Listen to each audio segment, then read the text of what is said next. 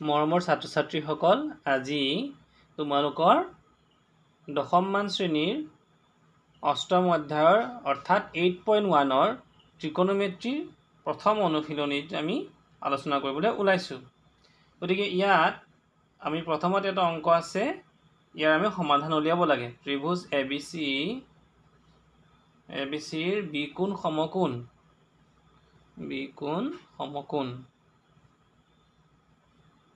আৰু AB is equal to 24 centimeter আৰু BC is equal to 7 centimeter হলে এক নম্বৰতে sin A উলিয়াব লাগে আৰু cos A উলিয়াব লাগে। দ্বিতীয়তে আমি উলিয়াব লাগে sin C আৰু cos C। এতিয়া আমি প্ৰথম অংকটোৰ বাবে আমি প্ৰস্তুত হ'ম। সমাধান সলিউশন। ইয়াত কি দিয়া আছে আমি লিখিম। দিয়া আছে AB is equal to 24 centimeter আৰু BC is equal to 7 centimeter। আমি ইয়াত যেহেতু আমাক কৈছে যে ABC এটা সমকোণী ত্ৰিভুজ আৰু ইয়াৰ কোণ B সমকোণ, গতিকে আমি এটা সমকোণী ত্ৰিভুজ ইয়াত আঁকি ল'ব লাগিব আৰু কোণ B টো সমকোণ অৰ্থাৎ এইটো 90 ডিগ্ৰী। আমি কোণ B টো 90 ডিগ্ৰী ল'ব লাগিব আৰু A আৰু C আমি তদ্ৰুপভাৱে যে A B আৰু C ইয়াতে এইডাল কি, এইডাল হ'ব লম্ব, তদ্ৰুপভাৱে এইটো হ'ব ভূমি। এতিয়া যেহেতু আমি AB জানো অৰ্থাৎ ভূমি জানো আৰু লম্ব জানো আৰু আমি নজনা ৰাশিটো হৈছে অতিভুজ আৰু অতিভুজটো উলিয়াবৰ বাবে আমাৰ অন্য কোনো উপায় নাই, আমি উলিয়াব লাগিব পাইথাগোৰাছৰ সূত্ৰ প্ৰয়োগ কৰি। এতিয়া পাইথাগোৰাছৰ সূত্ৰ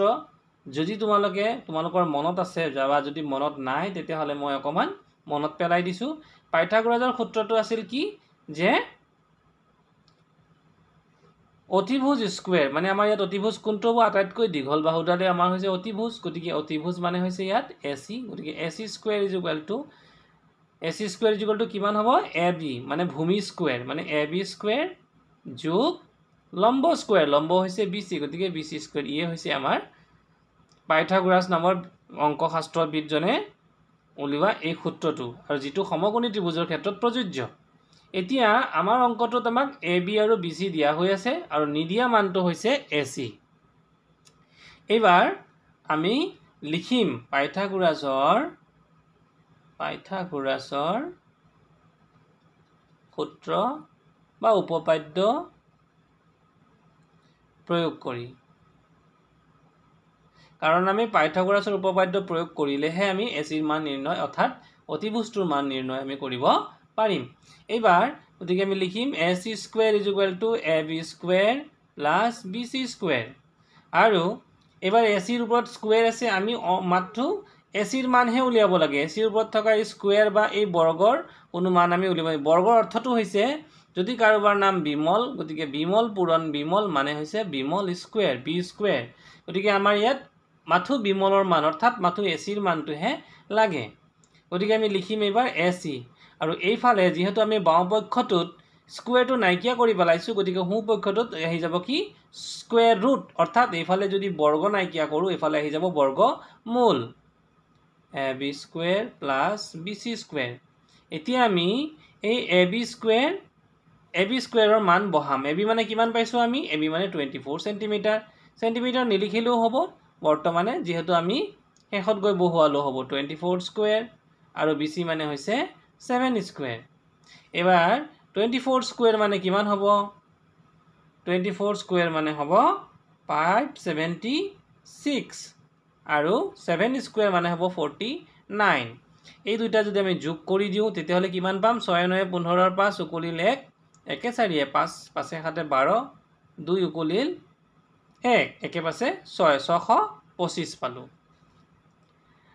এইবাৰ 625ক আমি জানো 625 মানে 25 স্কুৱেৰ, মানে 25 গুণে 625। ইয়াক আমি এনেদৰে লিখিম যাতে এই ৰুট অভাৰ অৰ্থাৎ এই বৰ্গমূল আৰু এই বৰ্গ নাইকিয়া কৰি আমি ইয়াৰ মান পাব পাৰিম 25, অৰ্থাৎ দেয়াৰফৰ ACৰ মান আমি কিমান পাই গ'লোঁ 25 সেন্টিমিটাৰ আমি ইয়াত সেন্টিমিটাৰ বুলি শেষত লিখি দিম এইবাৰ আমি কি উলিয়াব লাগে যেহেতু আমাৰ এই তিনিওডাল বাহুৰ ভিতৰত আমি ভূমি আৰু লম্ব আমাক ইতিমধ্যে দিয়া হৈ আছে প্ৰশ্নটোত ভূমিৰ মান আছে 24 সেন্টিমিটাৰ আৰু বিচিৰ মান দিয়া হৈ আছে অৰ্থাৎ লম্বৰ মান দিয়া হৈছে 7 সেন্টিমিটাৰ আৰু উলিয়াব লগা মানটো হৈছে এসি আৰু যেটো আমি ইতিমধ্যে উলিয়ালো এসি ইকুয়াল টু 25 সেন্টিমিটাৰ এতিয়া আমি উলিয়াম প্ৰথমটো অংক সাইনে সাইনে আমাৰ উলিওৱাৰ প্ৰয়োজন হৈছে এতিয়া সাইনে আমি ইতিমধ্যে আলোচনা কৰিছো যে সাইনৰ মান উলিয়াবলৈ আমি যেটো কবিতা বা যেটো পদ্য আমি ব্যৱহাৰ কৰিছো অংকৰ ক্ষেত্ৰত যে সাম পিপল হ্যাভ গতিকে পিপল হ্যাভ পিপলৰ পি আৰু হ্যাভৰ এইচ মানে পারপেন্ডিকুলার বাই হাইপোটেনিউজ পারপেন্ডিকুলার মানে কি লম্ব আমি ইয়াত লিখি নাথাকো লম্ব বাই অতিভুজ লম্ব কিমান আমাৰ এই চিত্ৰটোৰ পৰা লম্ব হৈছে বিসি আমি ইয়াতে বিসি বহুৱাম আৰু ভূমি ভূমি মানে ভূমি লাগিব নে আমাক অতিভুজ লাগিব নিশ্চয় অতিভুজ লাগিব যেহেতু হাইপোটেনিউজ গতিকে আমি কিমান বহাম এসি গতিকে আমি বিসিৰ মান কিমান পালো বিসিৰ মান আমাক দিয়া হৈ আছে কিমান 7 সেন্টিমিটাৰ আৰু এসিৰ মান ইতিমধ্যে আমি উলিয়াইছো এটো হৈছে 25 সেন্টিমিটাৰ গতিকে সেন্টিমিটাৰ আমি যদি কাটি দিও তেতিয়ালে আমি কিমান পালো sin এৰ মান পালো 25 ভাগৰ 7 or 7/25 এইবাৰ আমি cos এ উলিয়াম গতিকে তোমালোকে মনত পেলোৱাছোন cos এৰ সূত্ৰ কি আছিল some people had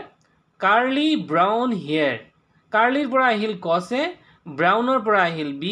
আৰু hair ৰ পৰা আহিল h এবাৰ b কিমান আছে b মানে ভূমি ভূমি মানে কি সন্নিহিত বাহুডাল কোনটো কোণ আমি লৈছো a কোণ সবতে তুমি চোৱা ইয়াত a আছে ইয়াতো a আছে গতিকে আমি a কোণটো লৈছো আৰু এৰ সাপেক্ষে ইয়াৰ ওচৰৰ বাহুডালে হ'ব ভূমি অৰ্থাৎ সন্নিহিত বাহুডালে হ'ব ভূমি গতিকে ভূমি কিমান আমাৰ ইয়াত ab আৰু অতিভুজ কিমান অতিভুজ হৈছে ac গতিকে ab এবাৰ ab ৰ মান কিমান হ'ব ab ৰ মান দিয়া হৈ আছে ab ৰ মান হৈছে 24 সেন্টিমিটাৰ আৰু ac ৰ মান আমি 25 সেন্টিমিটাৰ বুলি ইতিমধ্যে উলিয়াইছো এবাৰ সেন্টিমিটাৰ সেন্টিমিটাৰ আমি যদি কাটি দিও তেতিয়ালে ইয়াৰ মান পাম 24/25 গতিকে আশা কৰিছো তোমালোকে অংকটো বুজি পাইছা যদি বুজি পোৱা নাই তোমালোকে ভিডিওটো অকমান ৰিভাইভ কৰি দুই এবাৰ পুনৰবাৰ চলাই তোমালোকে চাবা আশা ৰাখিছো তোমালোকে অংকটো ভালদৰে বুজি পাবা আৰু ইয়াৰ পৰৱৰ্তী অংকবোৰো মই একৰ পিছত এককৈ তেনেকৈ মোৰ চেনেলটোৰ দ্বাৰা আপলোড কৰি থাকিম তোমালোকে যদি চেনেলটো ভাল লাগে তোমালোকে সাবস্ক্ৰাইব কৰিবা আৰু যদি তোমালোকৰ মনে বিচাৰে তোমালোকে শেয়াৰ কৰিবা ঠিক আছে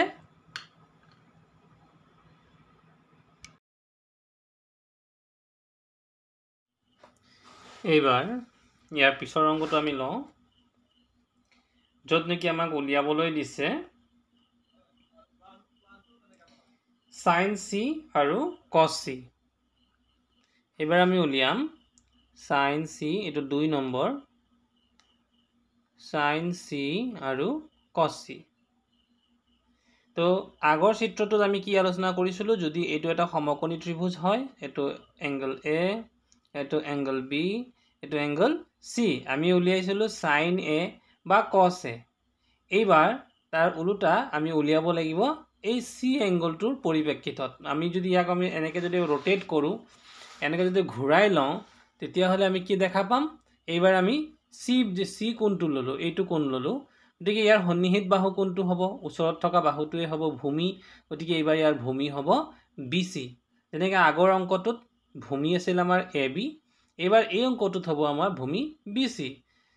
ঠিক তেনেকৈ আগৰ অংকটো আমি a কোণৰ পৰিপ্ৰেক্ষিতত লৈছিলো ইয়াৰ বিপৰীতে থকা বাহুডালে লম্ব আছিল গতিকে bc ইয়াৰ লম্ব আছিল এইবাৰ আমি যেহেতু c কোণটো লৈছো গতিকে ইয়াৰ লম্ব এই কোণটোৰ পৰা ঠিক দূৰতে বা ইয়াৰ বিপৰীতে থকা বাহুডালে ইয়াৰ হ'ব লম্ব গতিকে এইবাৰ লম্ব হ'ব ab গতিকে এই বস্তুবোৰেই আমি কোন ভেদে আমাৰ লম্ব আৰু ভূমিৰ মানো আৰু লম্ব আৰু ভূমিৰ যি দিশ হেবোৰ সলনি হয় গতিকে এইবাৰ আমি উলিয়াব লাগে sin c আৰু cos c গতিকে আমি একই সূত্ৰ বাৰম্বাৰ প্ৰয়োগ কৰিম sin c কেনেকৈ উলিয়াম